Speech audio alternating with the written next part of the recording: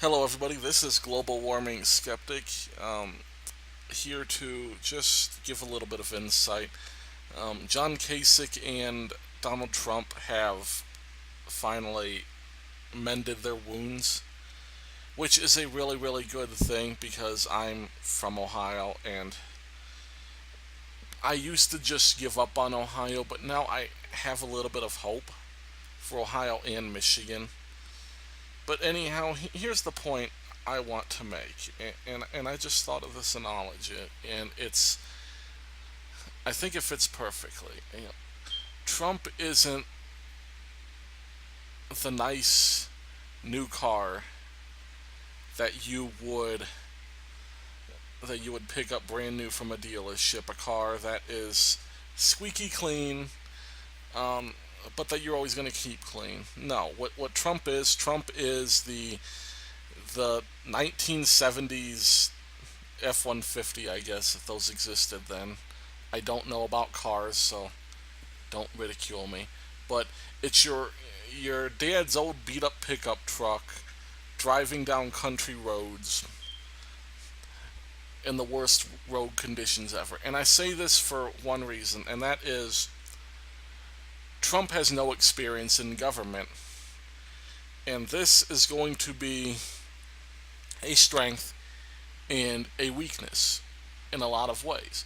It's going to be a strength because he can go off that nice clean freeway and he can go on those dirt roads. He can think outside the box. He can come up with solutions. But there will be congressmen that fight with him, scream with him. There are going to be shouting matches, and there will probably just be deadlock in a lot of places, even with Republicans.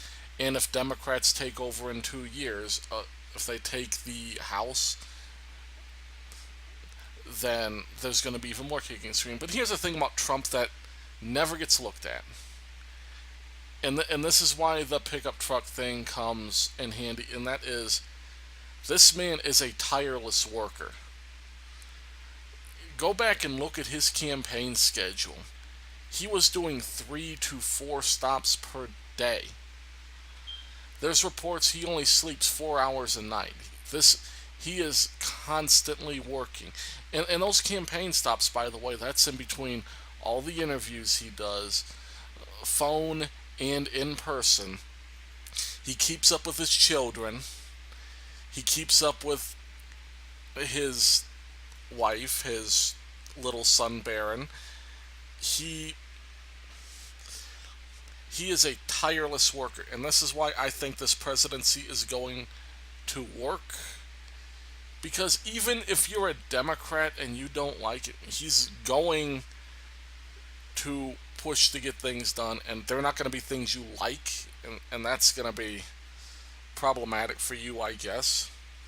Not so much for me, but I won't get into that. But the point I'm making is that it's going to work because he's going to make it work. And that's going to be the thing. He's not going to be like Obama. Obama essentially gave up most of his second term trying to deal with Congress on anything. They would not talk to each other. Obama did his business via executive order, didn't even ask Congress, for example, to validate the Paris Agreement because he basically went around signing executive agreements and doing what he could get by with in the military with the powers given to George W. Bush, but he would not work with Congress. And so we're going to do better than that. But we're going to be able to get back to negotiating. And like I said, there's going to be kicking and screaming, but Donald Trump in the business world is going to be used to that. Because there's a lot of people who aren't going to like the deals, but he's going to get something that everybody can accept, but which he will come out on top on. But it's like I said, it's going to be a bumpy road. And there's going to be stuff that even Republicans don't like from Trump. But the beautiful thing is that we're going to have a country that works again. And so even for Democrats, and Democrats will grow to like it, it's going to be like Ronald Reagan all over again. Which Ronald Reagan, the one thing he had was the ability to convert Democrats into conservatives. In fact, that's the only reason Democrats had any power at all during Reagan, was because they became conservative for a while. That's where Bill Clinton comes from, by the way. Bill Clinton was a classic Reagan Democrat. He was a part of what I also like to call the sympathetic left. The sympathetic left is where you believe in economics, but you believe in protecting the poor. And this is where I come in. Because if the sympathetic left still existed, I would probably be a Democrat. Because that's what makes sense. And that's kind of what Trump is, too. I'd say he's slightly right of the sympathetic left, though. But anyhow, I'm just rambling. The point I'm trying to make is Donald Trump is going to have this power to convert many Democrats, the sane ones, into Republicans. And I think he's going to convert libertarians too, because as a libertarian, I don't think that his big government stuff is going to work that well, because it never really does. But I will say this, I'm open to somebody of his expertise to structure the government in a way where it works acceptably well, like it used to when it was smaller. But if he can make this government work, then he'll have me converted. But he has my support at the moment.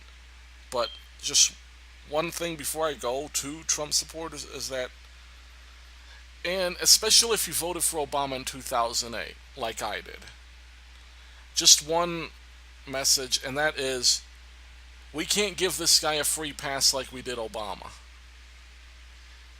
When he does things that are demonstrably wrong, if he starts hiring lobbyists, as Obama did right from the start, we can't make excuses for him. Because these reforms are only going to come if we demand them, if we help him stay accountable to himself. And I think he's passionate about his own issues where he won't need a lot of help. But there will be bureaucrats who are going to constantly try to get at him. And we have to be sure not to relax just because Trump is president. Because this is only the beginning. We have to demand the reforms ourselves. And that's going to start at the individual level, on social media, on anything, making sure that we help out the right-wing media outlets. And I say that openly for this reason, right-wing, not center-wing, and that is, Republicans have control, period. There's no more whining by liberals. They're going to whine, of course, but they have nothing. But this is what I'm saying. The right-wing media needs to be able to do its research, and it needs to be able to call out Trump when he is wrong, when he is flat wrong. But we got to help them do it. And that includes the alt-right, too. Which I've never been best friends with the alt-right, but they they're the ones especially that are going to need to take this, especially people like Alex Jones. And I know Alex Jones, he probably will hold Trump accountable, but he needs to be sure to do so. Like, we can't do another Obama and give somebody blind support, or Bush after 9/11, after he was given a 90% approval rating. We can't do that. Anyhow, this is dragging on, so I'm going to end this video here. Thanks for listening. Like, subscribe, and most importantly, God bless everybody.